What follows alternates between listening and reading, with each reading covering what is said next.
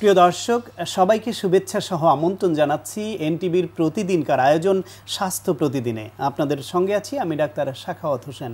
প্রিয় দর্শক, আজকের এই অনুষ্ঠানে আমরা আলোচনা করব পায়ুপথে রক্তক্ষরণ নিয়ে। এ বিষয়ে কথা বলবার জন্য আমাদের সঙ্গে স্টুডিওতে উপস্থিত আছেন একজন কোলোরেক্টাল সার্জন।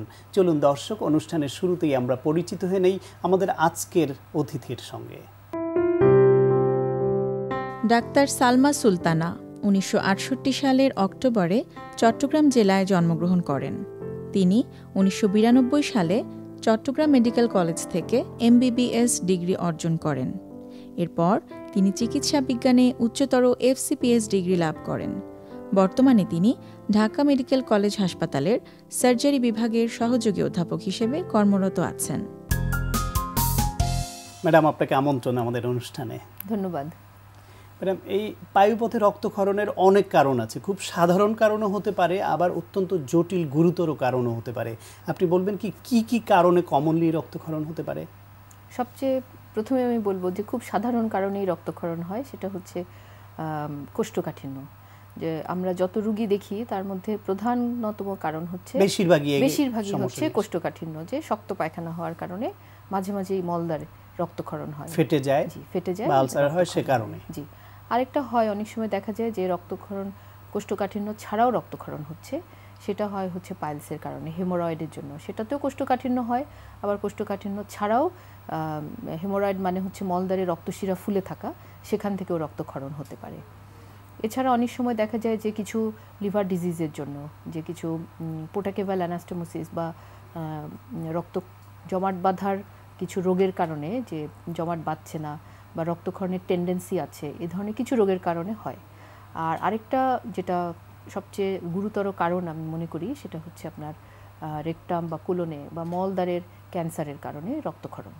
মোটামুটি এইসব কারণেই একজন মানুষের যখন রক্তক্ষরণ হয় তখন সে আতঙ্ক বোধ করে। যেহেতু আপনি বললেন যে গুরুতর একটা কারণ হচ্ছে ক্যান্সার, সবারই প্রথমে মাথার মধ্যে ওই জিনিসটা ঢুকে এবং ভয় ঢুকে যায় যে আমি ক্যান্সারে আক্রান্ত হলাম কিনা। একজন মানুষের রক্তক্ষরণ হলে আবার কেউ কেউ এটাকে অবহেলাও করে, সাধারণভাবেই নেয়, দেখি না কি হয়। আপনার পরামর্শ কি? রক্তক্ষরণ কি ধরনের হলে বা কখন তার অবশ্যই চিকিৎসকের কাছে যাওয়া উচিত? আসলে রক্তক্ষরণ মলদ্বার দিয়ে দুই রকম হয়। একটা রোগীরা অনেক ক্ষেত্রে বুঝতে পারে না, সেটা হচ্ছে কালো রঙের পায়খানা হওয়া, আলকাতরার মতো। এটাও কিন্তু রক্তক্ষরণ, যেটা অনেক উপর থেকে আসে, রক্তটা আস্তে আস্তে এটা চেঞ্জ হয়ে ডাইজেশন হয়ে কালো হয়ে যায়। আর এটা হচ্ছে ফ্রেশ, একদম তাজা লাল রক্তক্ষরণ। তো আমি বলবো যে কোনো ধরনের কালো রঙের পায়খানাই হোক বা হঠাৎ করে হোক বা লাল রঙের টকটকে লাল রক্তক্ষরণই হোক, সেটা ব্যথা করেই হোক বা ব্যথাবিহীনই হোক, যেরকমই হোক, এটা অবশ্যই চিকিৎসকের পরামর্শ নেওয়া উচিত এবং এটা কখনোই ইগনোর করা উচিত না। যে আপনি বলছিলেন পাইলস একটা অত্যন্ত কমন বিষয়, অথবা ওই যে আরও কমন যেটা বলছিলেন কোষ্ঠকাঠিন্যের কারণে ওয়াল ফেটে যায় বা সেখান থেকে রক্তক্ষরণ। একজন মানুষের যদি এরকম কন্টিনিউয়াসলি দীর্ঘমেয়াদী কোষ্ঠকাঠিন্য থাকে এবং মাঝে মাঝে এরকম রক্তক্ষরণ হয়, তাহলে তার করণীয় কি বা এটার কারণে কোনো ঝুঁকি আছে কিনা? অবশ্যই প্রথমত হচ্ছে আতঙ্ক। যে রোগী যখনই রক্তক্ষরণ পড়ে আপনি বলছেন যে ভয় পেয়ে যায়, আমার বুঝি ক্যান্সার হলো, কিন্তু বেশিরভাগ ক্ষেত্রে এগুলি ক্যান্সার না এবং এটা খুবই সাধারণভাবেই সমাধান করা যায়। কোষ্ঠকাঠিন্যটা ঠিক করে ফেললেই কিন্তু দেখা যায় যে 80% রক্তক্ষরণ এমনিই বন্ধ হয়ে যায়। কারণ কোষ্ঠকাঠিন্য যখন পাস করে তখনই দেখা যায় যে ওখানে ছিঁড়ে গেলে ব্যথা এবং রক্তক্ষরণ হয়। এখন এই রোগী যদি শুধু পায়খানাটা প্রতিদিন নর্মাল মেনটেন করে খাওয়া দাওয়ার মাধ্যমে, এত অনেক ওষুধপত্র কিছু খাওয়ারও দরকার নেই, স্বাভাবিক দৈনন্দিন জীবনের যে খাদ্য তালিকা, সেটাতেই কিছু ফাইবার, কিছু শাকসবজি বাড়িয়ে, পানি এগুলি বাড়িয়ে নিয়ে, মাংসের পরিমাণ একটু কমিয়ে নিলেই দেখা যায় যে যখনই পায়খানাটা নর্মাল হয়ে যায় রক্তক্ষরণটা বন্ধ হয়ে যায় এবং অলমোস্ট ম্যাক্সিমাম রোগী ভালো হয়ে যায়। তারপরেও যদি রক্তক্ষরণ কন্টিনিউ হতে থাকে, সেই ক্ষেত্রে আমরা কিছু ওষুধপত্র দিই।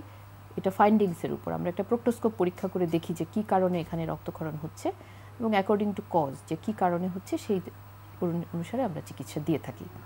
হেমোরয়েড বলছিলেন আপনি, যে ওইখানে রক্তনালীগুলো স্ফীত হয়ে যায় এবং সেখানে একটু আঘাত লাগলে বা ফেটে গেলে প্রচুর রক্তক্ষরণ হয়। হেমোরয়েডের কারণ কি?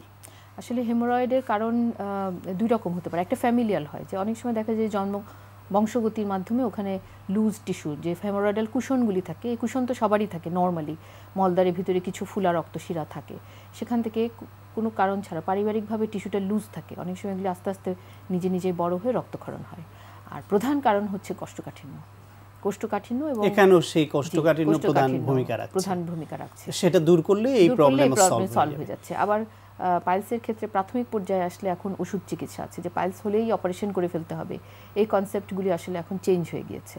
যে এখন দেখা যাচ্ছে যে ওষুধের চিকিৎসা আছে, যদি পায়খানা নর্মাল মেনটেন করে চলে এবং তার সাথে কিছু সাধারণ ওষুধ খায়, এটা কিন্তু সম্পূর্ণই নিরাময়যোগ্য প্রাথমিক পর্যায়ে। পাইলস কখন অপারেশনের দরকার হয়? বেশিরভাগ ক্ষেত্রেই অপারেশন লাগে না, কিন্তু যদি দেখা যায় যে মেডিকেল ট্রিটমেন্ট ফেইল হয়েছে এবং পাইলসটা যে রক্তশিরা, পাইলসেরও স্টেজ আছে, ডিগ্রি আছে, যে 1, 2, 3, 4 আমরা 4টা ডিগ্রিতে ভাগ করি। যে শুধু রক্তক্ষরণ হলে এটা ফার্স্ট ডিগ্রি, রক্তক্ষরণের সাথে পাইলসটা যদি বেরিয়ে আসে আবার নিজে নিজে ঢুকে যায় সেকেন্ড ডিগ্রি, যদি বেরিয়ে আসে রুগী অনেক সময় চেপে ঢুকায় কারণ নিজে নিজে ঢুকতে পারে না থার্ড ডিগ্রি, বা সবসময় বেরিয়ে থাকে ফোর্থ ডিগ্রি। সাধারণত দেখা যায় থার্ড ফোর্থ ডিগ্রিতে যে আমাদের অপারেশনটা করতে হয়, কারণ এটা বেরিয়ে আসে, এটা ডিস্টারবেন্স, ফুলে থাকে, রক্তক্ষরণ হয়, সেই ক্ষেত্রে পাইলস অপারেশন করা হয়। অ্যানাল ফিশার আর একটা সমস্যা, এবং অ্যানাল ফিশার হলেও রক্তক্ষরণ হতে পারে সমস্যা আপনি বলছিলেন। অ্যানাল ফিশার কি, এটি কেন হয়? অ্যানাল ফিশার আমি বলবো যে এটা খুবই কমন, পাইলসের থেকেও। আমাদের দেশে একটা ভুল কনসেপ্ট আছে, আমাদের পায়খানা রাস্তায় রক্তক্ষরণ মানেই ওনার পাইলস হয়েছে, এরকম একটা ধারণা আছে। আসলে এটা খুবই ভুল। বেশিরভাগ ক্ষেত্রে এটা হচ্ছে ফিশার, যে শক্ত পায়খানা পাস হওয়ার সময় ছিঁড়ে যে রক্তক্ষরণ হয়, ফিশার। এবং এটা শুধুমাত্র এমন কোনো চিকিৎসারও এটা দরকার হয় না, শুধু পায়খানাটা নরম করলেই সেই টিয়ারটা নিজে নিজে, আমাদের যে ডাইজেস্টিভ সিস্টেম, এই সিস্টেমের একটা ইউনিক ক্ষমতা হচ্ছে নিজে নিজেই হিল হয়ে যায়। উইদিন 24 to 48 আওয়ার্স যে কোনো ধরনের আঘাত বা ক্ষত নিজে নিজেই শুকিয়ে যায়। শুধুমাত্র পায়খানাটা যদি নরম রাখেন রুগী, তাহলে কিন্তু এগুলো নিজে নিজেই ভালো হয়ে যায়।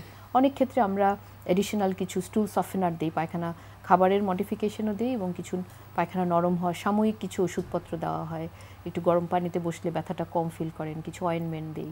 কিন্তু শুধু পায়খানা নরম রাখাটাই আমি বলবো যে মেইন ভালো থাকার মেইন। অ্যানাল ফিশার ভালো হয়ে যাবে। ফিস্টুলা হতে পারে এখানে, সেটাও একটা জটিল সমস্যা। হ্যাঁ, ফিস্টুলা আসলে হঠাৎ করে তো হয় না। ফিস্টুলা দেখা যায় অ্যানাল ফিশার বহু বছর থাকতে থাকতে, একটা ক্ষত যদি বহু বছর থাকে, ওখানে ইনফেকশন হয়ে মলদ্বারের পাশে একটা ফোড়া হয়। ফোড়ার মতো হয়ে গেলে আমাদের সবাই আমরা অপারেশন করতে ভয় পাই, সেজন্য চাই যে ওষুধ খেয়ে এটা ভালো হয় কিনা। কিন্তু মলদ্বারের চারপাশে যে পেরিয়ানাল অ্যাবসেস, এটা তো হচ্ছে কি যে ফোড়া হলে সবার এতটুকু আমি বলবো সচেতনতা থাকা উচিত যে এটা ড্রেন করতেই হবে। এই পুঁজটা যদি ফেটে বেরিয়ে যায়, অনেকে খুশি হয়ে যায় যে আমার পুঁজ ফেটে বেরিয়ে গিয়েছে, কিন্তু এটা কিন্তু আসলে হিতে বিপরীত হয়। দেখা গেল ফুটে বেরিয়ে গেল, তারপরে শুকিয়ে গেল, কিছুদিন পর ওই ছিদ্রপথে আবার একটু পিক পানি বের হওয়া শুরু হলো, কিছুদিন শুকনা থাকে, কিছুদিন ভিজা থাকে। কারণ ফোড়াটা যেমন বাইরের দিকে ফেটে যায়, সেরকম এটা মলদ্বারের ভিতরেও ফেটে যায়। তখন মলদ্বারের ভিতরের সাথে মলদ্বারের বাইরের একটা সুড়ঙ্গ পথের মতো কমিউনিকেশন হয়, এটাকেই ফিস্টুলা বলা হয়। এটা সাধারণ একটা ফোড়া থেকেও হতে পারে, আবার অ্যানাল ফিশারের কমপ্লিকেশন থেকেও হতে পারে। এরকম ফিস্টুলা হলে এটা অনেকেই বলে থাকেন যে ফিস্টুলা বারবার অপারেশন করতে হয়, তারপরও ভালো হয় না। এর সত্যতা কতখানি বা কারণ কি, এটা এত জটিল কেন? আসলে ফিস্টুলা খুব জটিল না। ফিস্টুলা ম্যাক্সিমাম ক্ষেত্রেই হয় লো ফিস্টুলা, যে সুড়ঙ্গ পথটা খুবই ছোট। খুব কম ক্ষেত্রে হয় হাই ফিস্টুলা, যে এটার হাই আপ, এটা যে ভিতরে ওপেনিংটা অনেক উপরে, সেই সব ক্ষেত্রে অনেক সময় স্টেজড অপারেশন করতে হয়। এখন দেখেন যে আমাদের দেশে কিন্তু রুগীরা যত কোয়ালিফাইড সার্জনের কাছে না আসছেন, তার থেকে বেশি আমাদের অশ্ব ভগন্দর চিকিৎসালয়, যেখানে কবিরাজ, বিভিন্ন ধরনের কোয়াক চিকিৎসা, এগুলিতে কিন্তু যুগ যুগ ধরে অভ্যস্ত। এবং এইসব জায়গায় যখন চিকিৎসা করেন, চিকিৎসাটা হাফ ডান হয়। ফিস্টুলা যেটা বললাম সুড়ঙ্গ পথ, এই পথ যদি সম্পূর্ণভাবে রিমুভ করা না হয়, এই পথের কিছু অংশও যদি রয়ে যায়, ট্র্যাক্ট যদি কিছু মাত্র রয়ে যায়, এটা কিন্তু আবার হওয়ার ভয় থাকে। সুতরাং কতখানি এক্সপার্ট হ্যান্ডে অপারেশন হচ্ছে বা কোয়ালিফাইড সার্জনের কাছে, আগে বলছিলাম যে আসার চেয়ে রোগীদের অনেক বেশি সংখ্যক রোগী হাতুড়ি সেটার উপর সফলতা নির্ভর করে। আমরা শেষ পর্যায়ে প্রায় ছোট্ট একটা জিনিস জানতে চাইব, এই যে মানে পায়ুপথে নানান কারণে রক্তক্ষরণ হয় এবং সেখানে ফিশার হয় বা ক্ষত হয়, কোনো একটা ক্ষত দীর্ঘমেয়াদী হলেই আমাদের মধ্যে একটা ভয় কাজ করে, এটা থেকে কি আমার ক্যান্সার হয়ে যাবে কি না।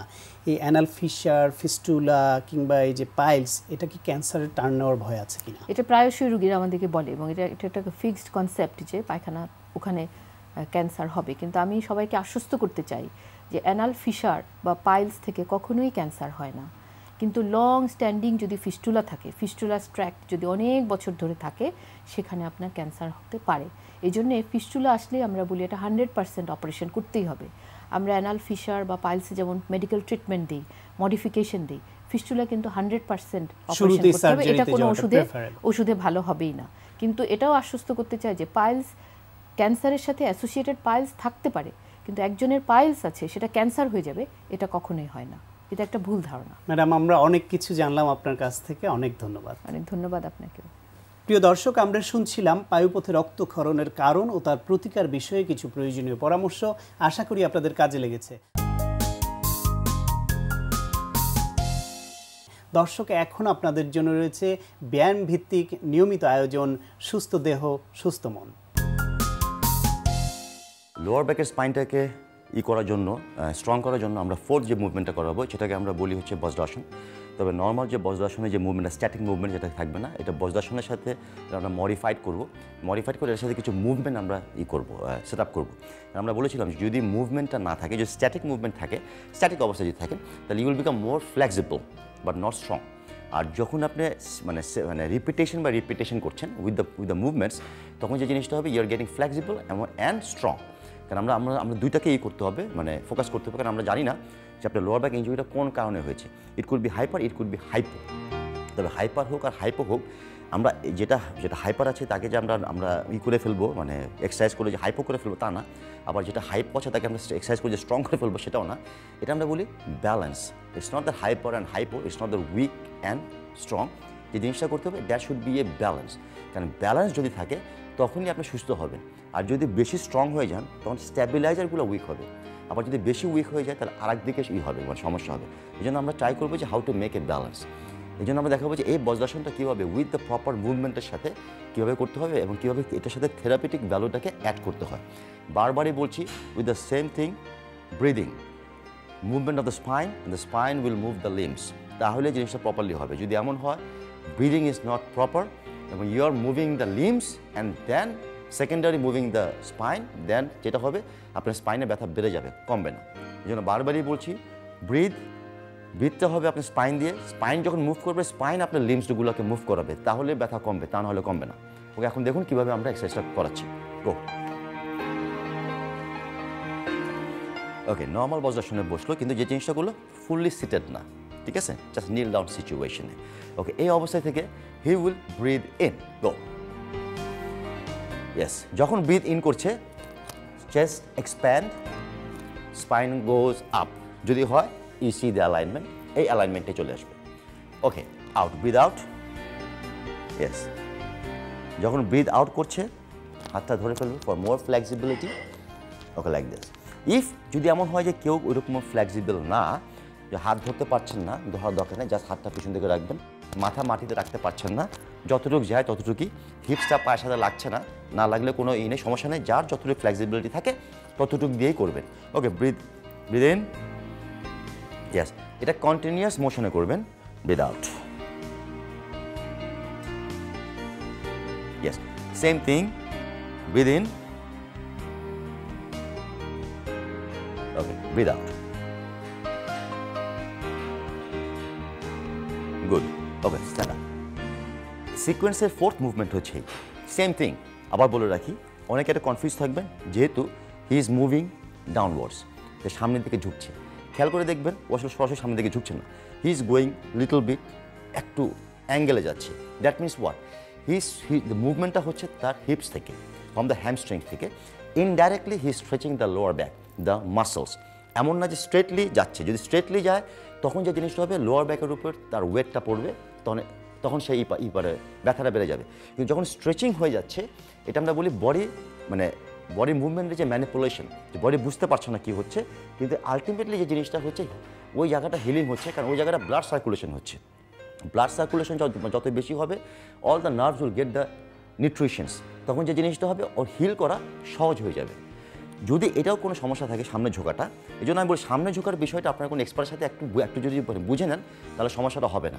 তাহলে অনেকে দেখা যায় যে যারা নর্মালি এগুলো দেখে করেছে বাসায়, তারা খুব একটা বেনিফিটেড হয়নি এই কারণে তারা সরাসরি ঝুঁকে যাচ্ছে, অথবা কোনো বইতে যেভাবে লেখা ছিল দেখে সরাসরি ঝুঁকে যাচ্ছে, এতে তার ব্যথাটা বেড়ে যায়। আমি কিন্তু বারবারই বলছি, এটা কিন্তু স্ট্রেচিং মুভমেন্ট হবে, ইটস নট বেন্ডিং মুভমেন্টস। যদি প্রপারলি জিনিসটা করতে পারেন, কয়েকদিনের ভিতর দেখবেন যে আস্তে আস্তে আপনার লোয়ার ব্যাকের ব্যথাটা কমে যাবে। যারা উচ্চ রক্তচাপে ভুগেন তারা যে কোনো সময় এই উচ্চ রক্তচাপ অতিমাত্রা বেড়ে যাওয়ার ঝুঁকির মধ্যেও থাকেন। সেই সময় তাৎক্ষণিকভাবে চিকিৎসকের কাছে যাওয়ার আগে করণীয় কি, চলুন সে বিষয়ে শুনি আজকের প্রাইমারি কেয়ার। সবারই স্বাভাবিক একটি রক্তচাপ থাকে, তবে সাধারণত যারা উচ্চ রক্তচাপের রোগী তাদের ক্ষেত্রে হঠাৎ করে রক্তচাপ বেড়ে যাওয়ার একটা ভয় থাকে। আমরা অনেক সময় বিচলিত হয়ে পড়ি যে এই অবস্থায় আমি কি করব। প্রথম কাজ হচ্ছে আপনি স্বাভাবিক অবস্থায় থাকুন। অনেকে দুশ্চিন্তা করলে বা কোনো একটি দুর্ঘটনার সংবাদ পেলে বা কোনো একটি দুঃসংবাদ তার কানে আসলে হয়তো বা তার প্রেশারটি বেড়ে যেতে পারে। প্রথম কাজ হচ্ছে আপনাকে দুশ্চিন্তা কমিয়ে ফেলার জন্য আপনি প্রয়োজনে বসে পড়ুন, বিশ্রাম নিন।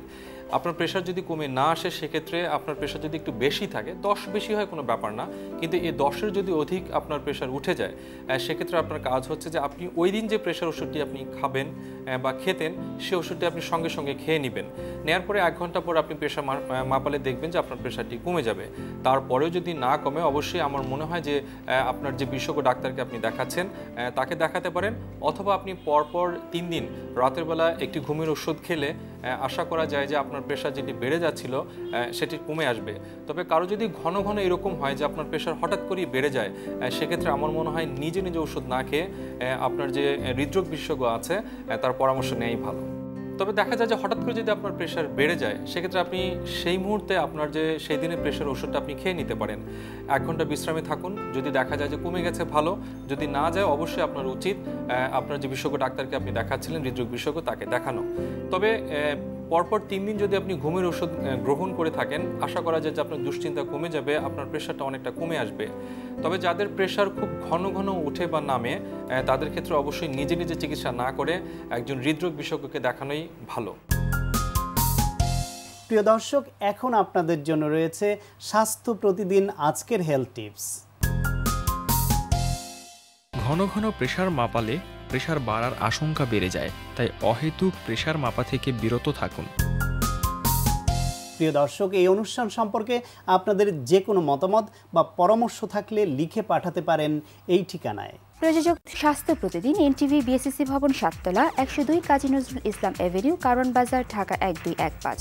ফ্যাক্স 914338 থেকে 7 পর্যন্ত, অথবা ইমেল করুন স্বাস্থ্যপ্রতিদিন@ntvpd.com এই ঠিকানায়। প্রিয় দর্শক, স্বাস্থ্য প্রতিদিনের আগামী পর্ব আপনাদের জন্য যা দিয়ে সাজানো হয়েছে।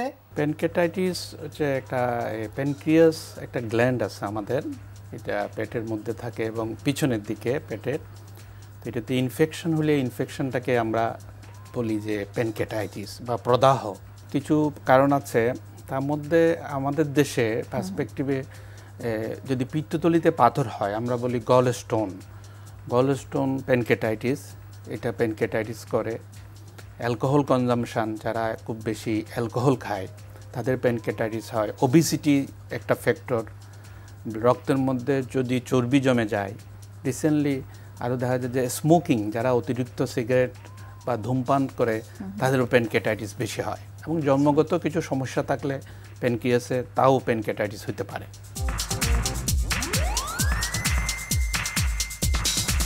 প্রিয় দর্শক, বিশ্বের যে কোনো প্রান্তে যে কোনো সময় এনটিভিতে সম্প্রচারিত আপনার প্রিয় স্বাস্থ্য প্রতিদিন অনুষ্ঠান দেখার জন্য ভিজিট করুন আমাদের পূর্ণাঙ্গ ওয়েব পোর্টাল www.ntvbd.com। দর্শক, আজ এ পর্যন্তই। সবাই ভালো থাকুন, সুস্থ থাকুন এবং নিরাপদে থাকুন। দেখা হবে আগামীকাল ঠিক একই সময়ে নতুন কোনো অতিথি নিয়ে।